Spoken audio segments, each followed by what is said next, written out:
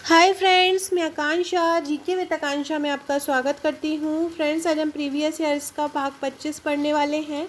जो मैंने ये सॉल्व पेपर स्टार्ट किया हुआ है, मेंस का बहुत ज़रूरी पार्ट है।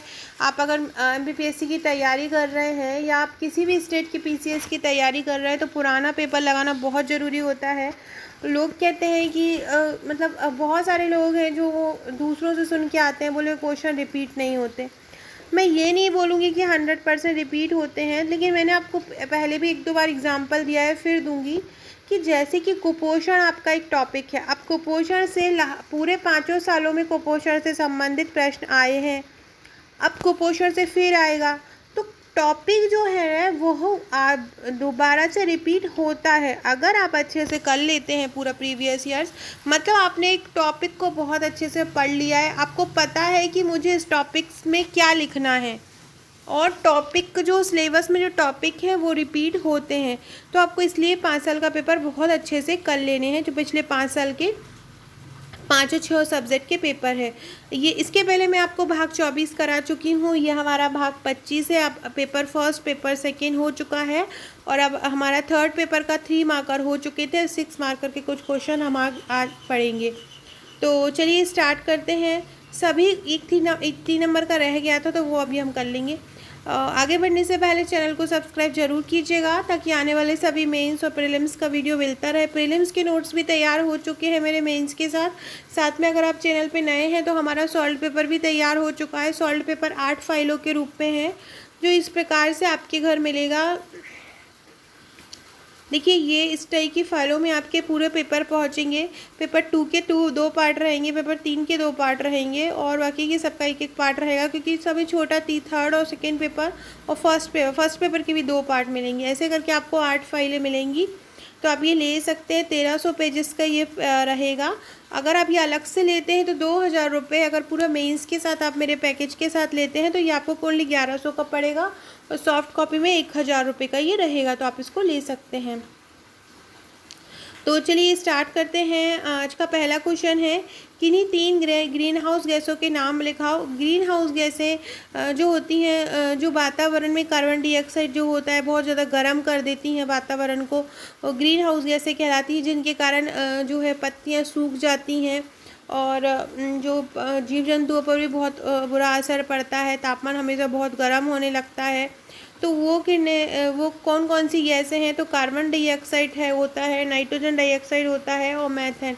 ये 3 जो है 3 ग्रीन हाउस गैसें हैं, कार्बन डाइऑक्साइड, नाइट्रोजन डाइऑक्साइड और आपका मेथेन। ये जो हैं आपकी ग्रीन हाउस गैसें हैं।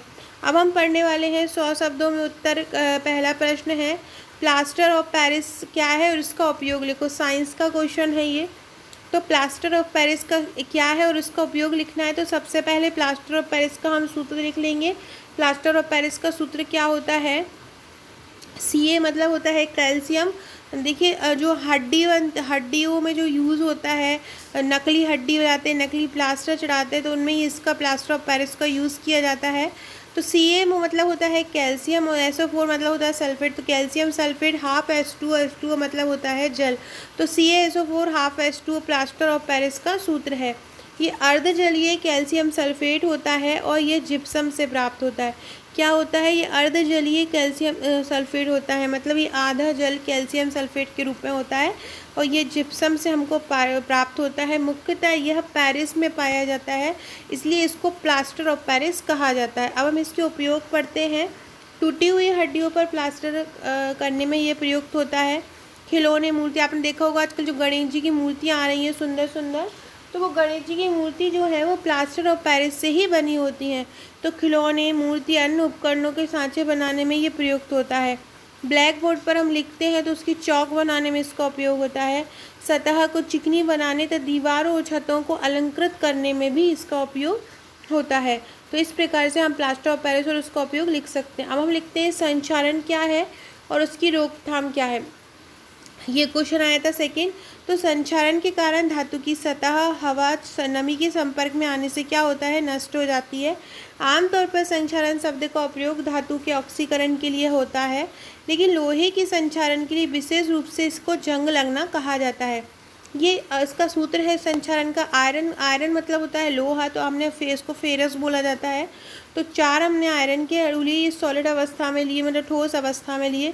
इसकी हमने H2O और ऑक्सीजन से जब हमने क्रिया कराई तो एक भूरा रंग उसके ऊपर चढ़ जाता है, तो ये बन जाता है, ये फेरस ऑक्साइड बन जाता है। और उसमें जल, ये जो है नमी चढ़ जाती है, इसलिए हमने इनटू इसका जल में कर दिया, मतलब ये जल से क्रिया कर लेता है और एक भूरे से रंग की परत बना लेता है। लोहे में जंग लगने की 2 स्थितियां आवश्यक है।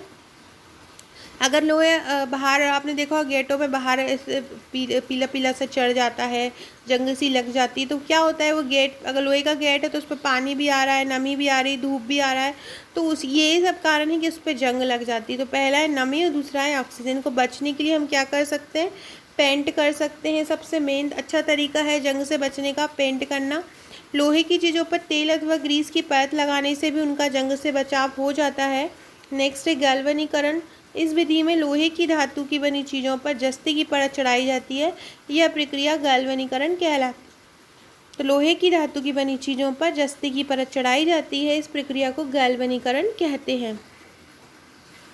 नेक्स्ट क्वेश्चन है आपका, न्यूक्लियर फॉलआउट क्या है, इसका प्रभाव बताइए। थर्ड क्वेश्चन क्या है, न्यूक्लियर फॉलआउट क्या है, उसके प्रभाव बताइए। तो जब परमाणु बम का विस्फोट किया जाता है तो रेडियो एक्टिव आइसोटोप्स हवा के साथ साथ नीचे गिरते हैं और पेड़ पौधों पर जम जाते हैं। क्या होता है कि जब परमाणु बम का विस्फोट होता है तो आइसोटोप्स क्या होते हैं, हवा के साथ साथ नीचे गिर जाते हैं और गिरते हुए क्या कभी कभी क्या होता है, पेड़ों पर जम जाते हैं, जिसे न्यूक्लियर फॉलआउट कहा जाता है। इसके प्रभाव हम देखते हैं, जब ये गिर जाते हैं तो क्या प्रभाव होगा, जीव जंतु का जीवन खतरे में पड़ जाएगा, मनुष्य में विभिन्न प्रकार के रोग उत्पन्न हो जाएंगे। देखो फ्रेंड्स, 6 नंबर में जितना पूछा है उतना ही लिखना है, एक्स्ट्रा कुछ नहीं लिखना है। उन्होंने पूछा है न्यूक्लियर फॉलआउट क्या है, तो हमको उसकी थोड़ी सी डिफाइन कर देना है और फिर उसके क्या प्रभाव होते हैं। ऐसे किसी की विशेषताएं पूछे तो केवल थोड़ा सा बता के उसकी विशेषताएं लिख देना है। तो जो पूछा है हमको केवल वही लिखना है। तो क्या होता है, जीव जंतु का जीवन खतरे में पड़ जाता है, मनुष्य में विभिन्न प्रकार के रोग उत्पन्न हो जाते हैं, लोगों को मृत्यु हो जाती है, पर्यावरण प्रदूषित हो जाता है और स्वास्थ्य संबंधी परेशानियां हो जाती हैं। नेक्स्ट है ध्रुवीय उपग्रह क्या है और उसकी उपयोगिता बताइए।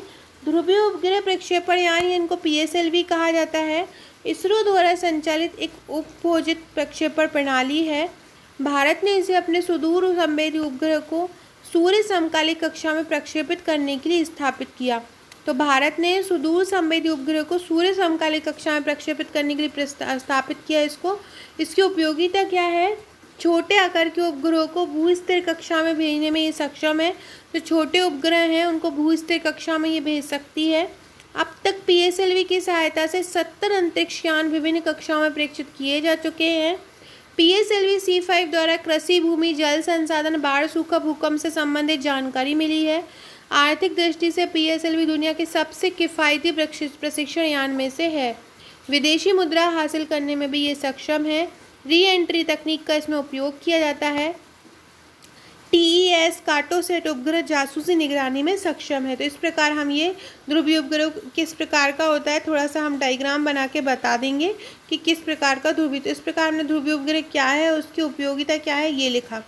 तो ये थे हमारे आज के प्रश्न। कल हम इसके अगले प्रश्न पढ़ेंगे। तब तक के लिए चैनल को सब्सक्राइब कीजिएगा। मैं मेंस के मॉडल आंसर्स भी रोज़ आपके लिए लेके आती हूँ। कल संडे रहेगा तो संडे हमारी 3 मार्कर क्लास रहती है, तो 3 मार्कर आपको कराऊंगी। ये मेरे टोटल नोट्स का पैकेज है 8500 रुपये का। इसमें कुरियर चार्ज अलग रहेगा, इनके साथ टेस्ट सीरीज़ आपको फ्री रहेगा। अगर आप सॉफ्ट कॉपी लेते हैं तो सॉफ्ट कॉपी 5200 का रहेगा, सॉल्ड पेपर उसके साथ लेते हैं तो 6200 का रहेगा। तो आप ये ले सकते हैं अगर आप लेना चाहें। मुझे किसी भी नंबर पे व्हाट्सअप करके आप नोट्स की डिटेल ले सकते हैं। प्रीलिम्स के नोट्स की 16 फाइलें आपको मिलेंगी, जिनकी बुकिंग 31 तक लास्ट है, आप कर सकते हैं। Okay friends, thank you.